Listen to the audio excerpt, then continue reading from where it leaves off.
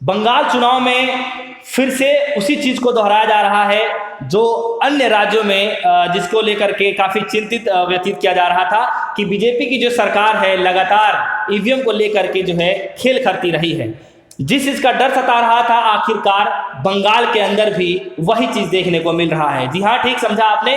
EVM को लेकर के फिर से लोग जो हैं शक जता रहे हैं। बताया जा रहा है, वोटरों के द्वारा ही बताया जा रहा है कि वोट देते हैं टीएमसी को, लेकिन जो वीवीपैट पे जो लिखा हुआ आता है वो बीजेपी को वोट चला जाता है, ऐसा उसमें सिंबल दिखाता है, जिसको लेकर के टीएमसी जो है इलेक्शन कमीशन के पास भी गई हुई है। तो फिलहाल जो है ईवीएम को लेकर के एक बड़ा शक जताया जा रहा है और हमारे साथ मौजूद हैं इस खास टॉपिक पे बातचीत करने के लिए राष्ट्रीय जनहित संघर्ष पार्टी के राष्ट्रीय अध्यक्ष भी हैं और सुप्रीम कोर्ट के माने जाने वकील भी हैं एडवोकेट भानु प्रताप सिंह जी। आइए इनसे बातचीत करते हैं कि कैसे ईवीएम का जो खेल है वो चल रहा है और आने वाले समय में जो है इसका कितना दुरुपयोग हो सकता है। सर, आपका स्वागत है DS4 न्यूज में। सर, कैसे देखते हैं आप लगातार ईवीएम के खिलाफ आप आवाज उठाते रहे हैं, इसीलिए आज हमने सोचा कि आपसे ही क्यों ना बातचीत कर लिया जाए इस मुद्दे पे। कैसे देखते हैं सर? अब तो वहां के जो वोटर लिस्ट में जिसका नाम है जो वोट देने जा रहे हैं वो इस बात को उठा रहे हैं, टीएमसी भी इस बात को जानती है। कैसे देखते हैं सर आप इसको? मैं ये मानता हूं कि टीएमसी ने बहुत देर कर दी। ममता दीदी को ये बात बहुत पहले ही उठानी चाहिए थी कि हम पश्चिम बंगाल में कोई भी चुनाव जब तक नहीं होने देंगे जब तक ईवीएम को हटाया नहीं जाएगा और बैलेट पेपर से चुनाव नहीं कराए जाएंगे। ये स्टैंड उनका बहुत क्लियर होना चाहिए था और बहुत स्ट्रांग होना चाहिए था। और अगर नहीं इलेक्शन कमीशन को रिप्रेजेंटेशन देना चाहिए था, वहां के जितने भी वोटर हैं बाकायदा उनके जो है सिग्नेचर करा के और इलेक्शन कमीशन को देना चाहिए था, सुप्रीम कोर्ट को देना चाहिए था। उसके बावजूद भी अगर ईवीएम से ही इलेक्शन कराता इलेक्शन कमीशन या सरकार तो किसी भी हालत में इलेक्शन होने नहीं देना था, बंगाल में इलेक्शन कमीशन को घुसने नहीं देना था। इतना स्ट्रांग एक्शन लेना चाहिए था, लेकिन नहीं किया वो सब, क्योंकि ये बहुत ही एक सबके सामने उजागर हो चुका एक सत्य है कि ईवीएम में गड़बड़ी है और बीजेपी ईवीएम में गड़बड़ी करके ही जीतती है। अन्यथा बीजेपी की औकात नहीं है इतनी कि बीजेपी कहीं भी जीत सके। आज की हालत में तो यह स्थिति है कि देश में 80% आबादी बीजेपी और विशेषकर मोदी के विरोध में है, घृणा करती है। अगर मैं ये शब्द इस्तेमाल करूं कि मोदी से घृणा करती है तो शायद ज्यादा अच्छा होगा। तो इस स्थिति में वो जीत ही नहीं सकते हैं। मैं दावा के साथ कह रहा हूं कि अगर आज लोकसभा का इलेक्शन बैलेट पेपर से करा लिया जाए तो बीजेपी और उसके सहयोगी दल 50 सीटें पूरे देश में नहीं ला सकते जीत के। ये स्थिति है। इस स्थिति में बीजेपी अगर चुनाव लड़ रही है तो उसको साफ मालूम है कि तेरे पास एक ऐसा हथियार है कि लोग उसके साथ में हो ना हो, वोटें उसको मिले ना मिले, किसी को वोट मिले, ईवीएम के माध्यम से उन वोटों को लूट के, दूसरे दलों की वोटों को लूट के, जीतने वाले कैंडिडेट की वोटों को लूट के बीजेपी इलेक्शन जीत जाएगी।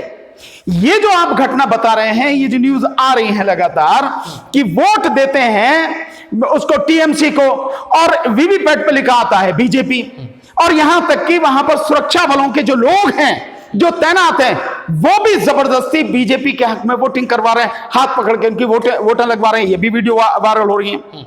इस स्थिति का मतलब क्या है? इस स्थिति का मतलब है कि पश्चिम बंगाल के चुनाव को बीजेपी ने अपनी नाक का सवाल बना रखा है, और ये इसलिए बना रखा है बीजेपी इस पश्चिम बंगाल के चुनाव को ईवीएम के माध्यम से बेईमानी करके जीतकर ये दिखाना चाहती है पूरी दुनिया को कि ये जो किसान आंदोलन चल रहा है, दिल्ली पर 5 तरफ से बॉर्डर को घेर के जो किसान बैठे हैं, ये चंद किसान हैं, बल्कि इनको जो उल्टे सीधे नाम देती है ये वो लोग हैं। ये आम जनता नहीं है देश की, ये साधारण किसान नहीं है। अगर किसान होते तो पश्चिम बंगाल जैसे राज्य में हम कैसे हार जाते।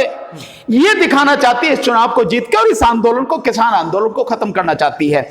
मैं इसके आगे आपको एक और बात बताना चाहता हूं कि जो होनी चाहिए। देखिए, ईवीएम में गड़बड़ी है, इसको आप कई चीजों से समझो। मैं बार बार देता हूं लेकिन फिर भी आपको फिर बताता हूं। आज जो 8 अक्टूबर 2013 का इलेक्शन कमीशन ऑफ इंडिया के ऊपर जो सुब्रमण्यम स्वामी बनाम इलेक्शन कमीशन ऑफ इंडिया का निर्णय जो सुप्रीम कोर्ट ने दे रखा है, उस जजमेंट में बाकायदा सुप्रीम कोर्ट ने पैरा नंबर 27 पर माना है कि ईवीएम से free, fair and transparent election नहीं हो सकता, इसलिए उसके साथ में वीवीपैट उन्होंने लगाई है, वीवीपैट लगाई है। और वीवीपैट में भी गड़बड़ी है, यह बात हम बाकायदा कई बार 3-4 बार हमने जो है जंतर मंतर पर धरना दिया, प्रदर्शन किया, और उसमें बाकायदा हमने डेमोन्स्ट्रेशन दिखाया। हमने डेमोन्स्ट्रेशन आपको दिखाया कि किस तरह से ईवीएम में गड़बड़ी होती है और किस तरह से वीवीपैट मशीन में गड़बड़ होती है। यानी दोनों ही मशीनें गलत हैं, दोनों ही मशीनों के माध्यम से लूट होती है। और वीवीपैट का एक और उदाहरण मैं आपको बता देता हूं। अभी बिहार के चुनाव संपन्न हुए, आप सबको मालूम है, बिहार के चुनाव में एक लखमनिया जगह है, लखीसराय लखमनिया एक जगह है, वहां की जब वोटों की गिनती चल रही थी तो ईवीएम मशीन खराब थी। ईवीएम मशीन खराब होने की वजह से वीवीपैट की मशीन निकलवाई गई। वीवीपैट की मशीन में जब खोला गया तो वहां पे 265 वोटें थी, लेकिन वीवीपैट में एक भी पर्ची नहीं निकली। तो साफ है कि ईवीएम और वीवीपैट दोनों ही मशीनें गड़बड़ है। ठीक है भानु प्रताप जी, एक मेरा सवाल है, थोड़ा इस सवाल से हटके है, इस मुद्दे से हटके है, क्योंकि गृह मंत्री माफी चाहूंगा, केंद्रीय मंत्री जो है हमारे केंद्रीय मंत्री जो हमारे अमित शाह जी, जो हमारे केंद्रीय मंत्री जो अमित शाह जी हैं, उनका साफ तौर पे ये दावा है कि हम जो है बंगाल के अंदर जो है जो पहले चरण का जो मतदान हुआ 30 में से जो है 26 सीटों का जो है जीतने का वादा कर रहे हैं। कह रहे हैं कि हम ताल ठोक के कह रहे हैं कि 26 सीटें जो हमारी जो है आनी तय है। कैसे देखते हैं? और वही असम की अगर बात कर लें तो 47 में जो है 37 सीटों की बात कर रहे हैं कि हम जीत जाएंगे। बहुत साफ है। जब आप जैसे पहले मैं असम की बात करूं, आप असम में उनको घुसने नहीं दिया जा रहा। उनकी मुख्यमंत्री की जो आप मीटिंग्स की वो देख रहे हैं, उनकी सीटें सारी खाली पड़ी हैं, मुख्यमंत्री को वापस लौटना पड़ रहा है, कहीं भी उन्हें घुसने नहीं दिया जा रहा है उनके नेताओं को। ये हालत है। और वहां पे एनआरसी सीए की बात भी नहीं करने की हिम्मत हो रही है बीजेपी की, जिसके लिए इन्होंने इतना बखेड़ा किया। तो ये इतनी सीटें इनकी कहां से जाएंगी? साफ है कि ईवीएम में जबरदस्त तरीके से धांधली और बेईमानी की जा रही है और लोगों की वोटें लूट कर बीजेपी ने जीतने का पूरा प्लान बना लिया है। मैं नहीं जानता कि रिजल्ट क्या होगा, लेकिन मैं एक चीज बहुत स्पष्ट रूप से कह सकता हूं, जानता हूं, पूरे विश्वास के साथ कह सकता हूं, बीजेपी असम, पश्चिम बंगाल, ये तो बात ही छोड़ दी, देश के किसी हिस्से में जीत ही नहीं सकती है। और असम और पश्चिम बंगाल में तो नामो निशान मिट जाएगा बीजेपी का। लेकिन अगर वहां यह स्थिति है और ये दावे किए जा रहे हैं गृह मंत्री के माध्यम से कि हम 30 में से 25 या 26 सीटें जीतेंगे और हम 47 में से 37 सीटें जीतेंगे, तो साफ है कि ईवीएम में गड़बड़ी की गई है। बिना कॉन्फिडेंस होने का मतलब नहीं, ओवर कॉन्फिडेंस नहीं है, इसे कॉन्फिडेंस कहेंगे आप। और कॉन्फिडेंस किस बात पे है? कॉन्फिडेंस पब्लिक पर नहीं है, क्योंकि पब्लिक उनके साथ में नहीं है। ममता जी ने खूब काम किया, ममता जी के साथ में पूरी पब्लिक है और असम में इनके विरोध में पब्लिक है। लेकिन अगर इतना कॉन्फिडेंस ये बात कर रहे हैं तो केवल और केवल उसका एक कारण है कि ईवीएम में जबरदस्त तरीके से धांधली की जा रही है। ईवीएम से ही ये जीत सकते हैं, अन्यथा जीत नहीं सकते।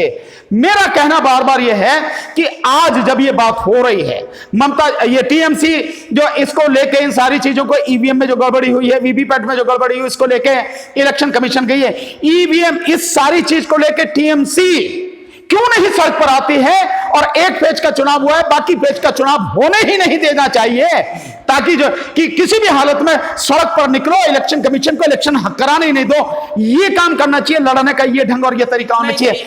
मैं आपको एक छोटा सा बताऊं, उसी दिन आप समझिए, जिस दिन इलेक्शन कमीशन ने पश्चिम बंगाल में मात्र 296 सीटों के लिए 8 फेजेस में इलेक्शन कराने की बात कही, उसी दिन समझ जाना चाहिए था कि धांधली करने के लिए, बेईमानी करने के लिए इलेक्शन पूरी तरह से तैयार है। सर, एक सवाल है मेरा कि जब इतना सब कुछ शक जताया जा रहा है ईवीएम को लेकर के, तो खुद ममता बनर्जी जी हुए हैं, चुनाव होने से पहले जो है लोगों को संबोधित कर रही थी, स्टेज संभाल रही थी, तभी उन्होंने जो है ईवीएम को लेकर के शक जताया था।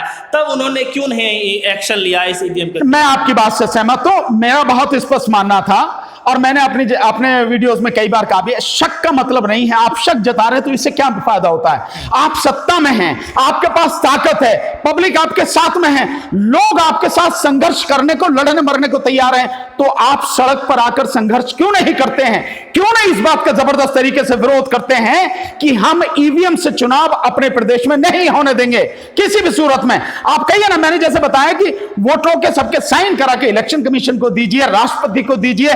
हालांकि मैं मानता हूं राष्ट्रपति का होना ना होना बिल्कुल बेकार है। आप सुप्रीम कोर्ट को दीजिए, आप जो है वहां की अभी जो हाई कोर्ट है, हाई कोर्ट जो कलकत्ता हाई कोर्ट है, उसके हर जज को वो दीजिए, सारी चीजें करिए आप। लेकिन आपने वो नहीं किया, सड़क पर आंदोलन नहीं किया। अभी भी मैं कहता हूं सड़क पर आंदोलन कीजिए और बाकी 7 फेजेस का चुनाव होना मत दीजिए, और फिर भी होता है तो तोड़िए ईवीएम मशीन को, अन्यथा आप बर्बाद हो जाएंगे, कुछ मिलेगा नहीं आपको।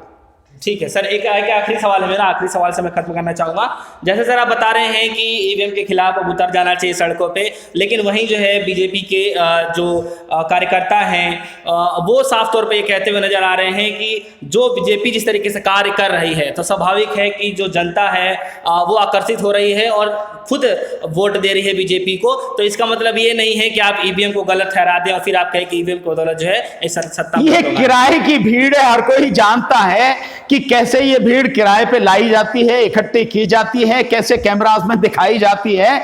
अगर उनके साथ में लोग हैं तो ममता जी के साथ में उनसे कई गुना लोग हैं। और ममता जी का अगर आप पहले देखें कि पहले विधानसभा में और उसके बाद जो 2019 में लोकसभा हुआ, उनका वोट जो कि तो स्थिर रहा, और उसके बाद में उन्होंने जो काम किए हैं, केंद्र सरकार जो काम नहीं कर पाई वो ममता जी ने वहां पे काम किया, उसके आधार पर लोग उनके साथ में हैं। और वहां की जो अंदरूनी रिपोर्टें हैं, यहां तक कि आपने देखा होगा कि इनका मीडिया भी, बीजेपी का मीडिया भी वो भी कह रहा है कि ममता जी जीतेंगे। ये इसका मतलब क्या है?